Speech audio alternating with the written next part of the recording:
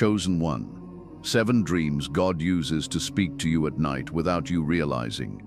There's something about your nights that's been shifting. You wake up and feel it without words. A strange silence in your room. A symbol that keeps showing up. A sentence you don't remember hearing but can't forget. And here's the truth most ignore. You're not dreaming by accident, because heaven doesn't waste vision. God speaks when your eyes are closed, so your soul can open. You've seen water, serpents, doors that don't exist in the physical, and yet you remember them vividly. That's not your imagination. It's a spiritual briefing, an encrypted message for the ones who are chosen to see beyond the veil, while others scroll through dreams like noise. You've been selected to decode divine patterns, and if you're still watching this, it's not just curiosity, it's confirmation you are under divine instruction. Night isn't rest, it's activation. Tonight we're going to uncover the 7 dreams God uses to speak to you, without your conscious mind even realizing it. And by the end of this video, you'll never look at sleep the same way again. But listen closely. Every second you stay in this video is part of the message. Miss one moment, and you might miss a code meant only for your next breakthrough. So if you're ready to awaken, even in your dreams, hit the like button right now. Subscribe if your spirit has been stirred, and type 99 in the comments, because Psalm 99 says the Lord reigns. Let the nations tremble, and when he speaks in your sleep, even the darkness must shake. Let's begin. Chosen one. Psalm 99. If you've seen water in your dreams lately, don't just remember it, interpret it. Because water isn't just an element in the spirit, it's a language. And when heaven speaks in water, it's never surface level. Maybe you were drowning, struggling to breathe,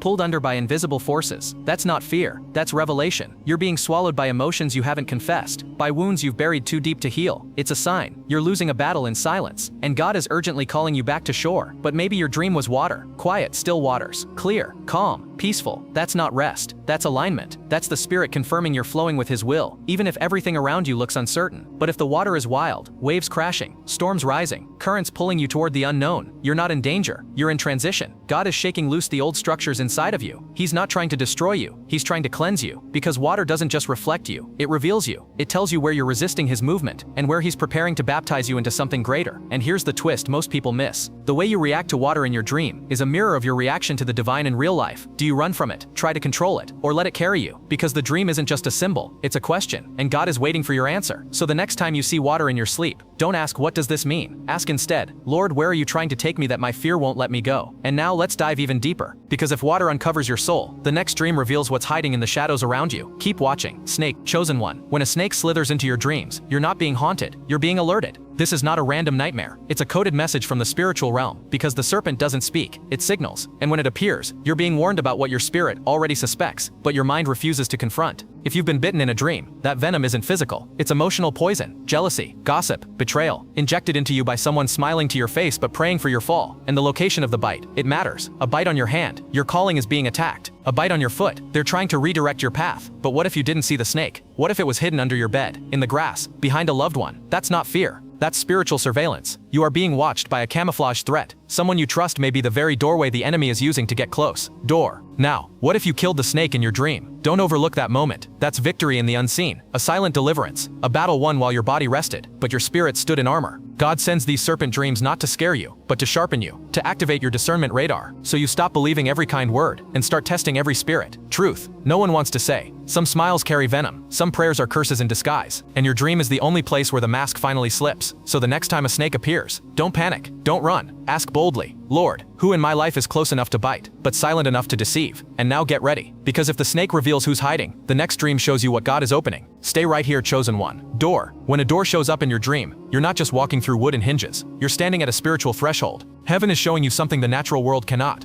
It means your life is about to shift, and whether the door opens, locks, cracks, or disappears, each detail is a code, a revelation about the timing and trajectory of your calling. If the door is open, don't celebrate too quickly. It's not just access, it's a test. Because what you're walking into now was prayed for by the version of you that barely survived last year. An open door means your next season is available, but your obedience is the key. If the door is locked, don't curse the delay. God may be protecting what you're not ready to carry. A locked door is not rejection, it's preservation. And sometimes the silence of heaven is louder than any yes. But if the door is broken, pay attention. Someone or something has tried to force their way in. This dream is a security breach in the spirit. It means an enemy has located your access point and is attempting to sabotage your next move before you make it. God uses door dreams to recalibrate your discernment. Not everything open is divine. Not everything closed is punishment. And not every hallway is meant for your feet. But here's where it gets deeper. If you're simply standing in front of a mysterious door, unable to move, uncertain of what's behind it. It may not be about the door at all. It may be about your readiness, because sometimes you've been praying for a future you haven't mentally or spiritually stepped into. So when you see that dream again, the hallway, the handle, the unknown behind the wood, ask yourself, do I have the faith to walk through what I beg God to send? And now listen carefully, because the next dream isn't about objects or spaces. It's about something alive, and what it carries could unlock your entire spiritual blueprint. Stay with me, chosen one. Baby. When a baby appears in your dream, it's not about innocence, it's about responsibility. You're not being shown a child, you're being shown a seed, a divine deposit, something fragile but holy, something small but destined to shift nations. A baby in your arms means God has entrusted you with something sacred, a vision, a purpose, a spiritual assignment, designed before you were even born. But just because it's in your hands, doesn't mean it's safe. You still have to feed it, protect it, fight for it. Now, if the baby is crying in your dream, don't ignore that sound. That's not noise, that's your calling, begging for attention. You've delayed something too long, put off obedience, doubted your own capacity, but heaven is done waiting. And if you see a baby that's been abandoned, that's the most urgent of all. It means you've walked away from something eternal, a spiritual pregnancy left unattended. And just like a newborn, if you don't nurture it, it won't survive. This is not about motherhood or fatherhood. This is about legacy. You've been carrying something in the spirit. Maybe you don't have the language for it. Maybe no one around you sees it, but you know it's there. A pressure, a stirring, a divine weight you can't explain. And here's what most don't realize. The enemy isn't afraid of who you are now. He's terrified of what you're carrying. That's why the warfare increased. That's why your sleep changed. Because something inside of you is about to emerge. So next time you dream of a baby, don't ask what is this? Ask instead, God, how do I raise what you just birthed in me? Memory.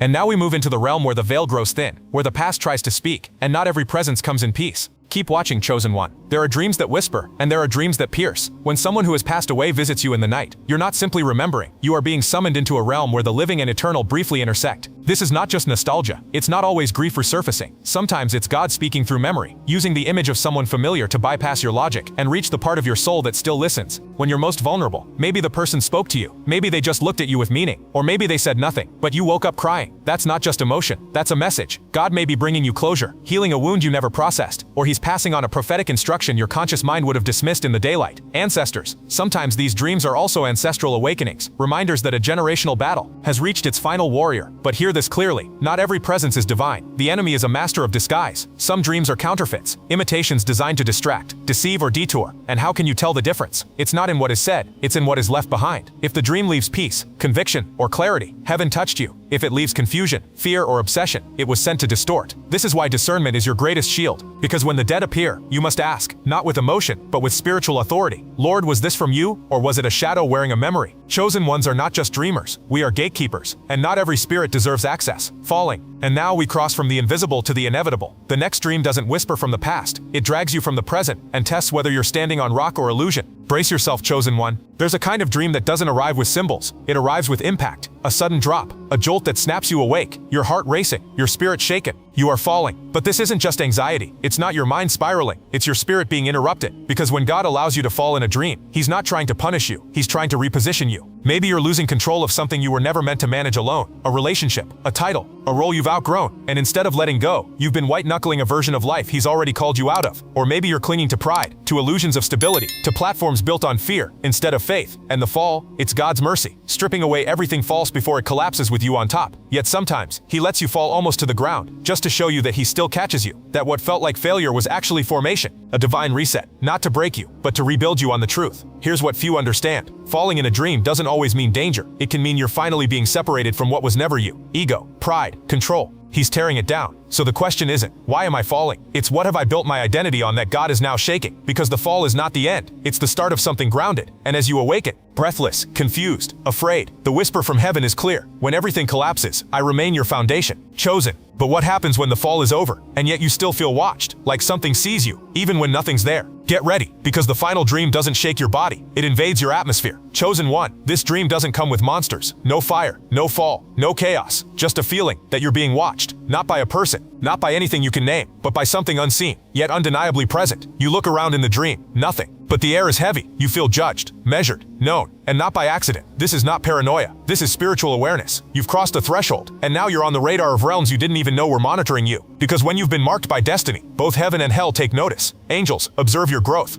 Demons study your weakness. The atmosphere itself becomes aware of your presence. And the dream, it's a confirmation. You are no longer invisible to the invisible. But here's what most miss. You're not being watched because you're weak. You're being watched because you're dangerous. Your anointing is rising. Your authority is growing. and the spirit realm is tracking your every move because your next decision could activate generational shift. This dream is a briefing. God is showing that you've become a key player in a war others sleep through. You are no longer hidden, no longer protected by obscurity. You've been revealed, and that's why you feel exposed, because you are spiritually lit up like a signal tower, seen by both darkness and light. So the next time you feel those invisible eyes, don't run, don't shrink, stand, because that gaze means this: your time to move, speak, and lead has arrived. You've been seen. Now it's time to act like you're called. Conclusion. But before we close, there is one final thing you need to hear. One truth that ties every dream together. And if you miss this next moment, you may miss the entire purpose of why these dreams came to you in the first place. Stay with me. The conclusion is not an ending. It's an awakening. Chosen one. What you used to call dreams were never just dreams. They were heavenly blueprints, encrypted codes, sacred instructions hidden in night visions. While others are distracted, you are being activated. While others sleep, you are being trained by heaven. Every symbol, every image, every emotion you couldn't explain upon waking was heaven marking you. God was hiding messages within mystery, so only those awake in the spirit could understand. He is not silent. He has been speaking to you while you sleep, because your spirit was ready, long before your mind could comprehend it. So tonight, don't go to bed like always. Don't close your eyes as if nothing is happening. Lie down with expectation, with purpose, with prophetic intention, because those who are called do not rest. They watch. They are not distracted. They discern. They do not just dream. They receive maps. Declare it in the comments right now. God, speak to me while I sleep. Let heaven see your response. Let the codes keep coming. Let your soul stay awake even in the dark. And if this word awakens something in you,